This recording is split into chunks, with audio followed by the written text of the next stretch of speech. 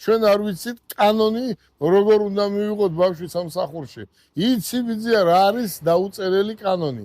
ქალბატონო მარი, იცი რა არის დაუწერელი კანონი? მთელ მსოფლიოში დაწერილი კანონზე უფრო მაგარი არის დაუწერელი კანონი. დაუწერელი კანონი არის დაუწერელი კანონი, რომელსაც ყველა ეგუება, მაგრამ მე არ ვამბობ დაუწერელი კანონი რამე ცუდი იყოს. დაუწერელი კანონია ეს ბავშვი მივიღეთ, ხო? აი წარმოიდგინეთ ერთი თვეა ჩვენთან მუშაობს. დღეს არის რა დღეს? ორშაბათი, ხო? დასვენების დღეა, ხო? აი ხვალ ხელფას მიიღებს. მოდის სკოლის შემდეგ. სულ აქ არის ჩვენთან. ყველგან წავიყვანეთ, ხო? ყველაფერი ვანახეთ. არც ჩემი ნათესავია, არც მეზობელი არაფერი. მივიღეთ და ლუკ არის, აი, როგორ არის იცით? როცა მოვიდა ბავშვი იყო, ხო იყავი იქ. ბავშვი იყო დაბანილი, დავარცხნილი, მოწესრიგებული.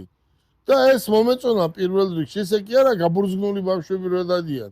ყველა ბავშვი ჩემთვის საუკეთესოა, მაგრამ ბავშვი უნდა იყოს ბავშვი. და ლუკაც მივიღეთ და შეხედე გებეს ემბლემა, აგერ ამას რა ქვია ბიძია?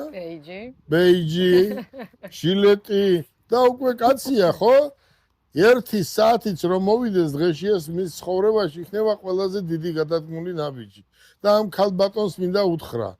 კიდე მინდა გავიმეორო ამ ქალბატონო, გასაგებია პენსიონერი ხარ და არაფერი საქმე არ გაქვს წერის მეტი აყურეთ.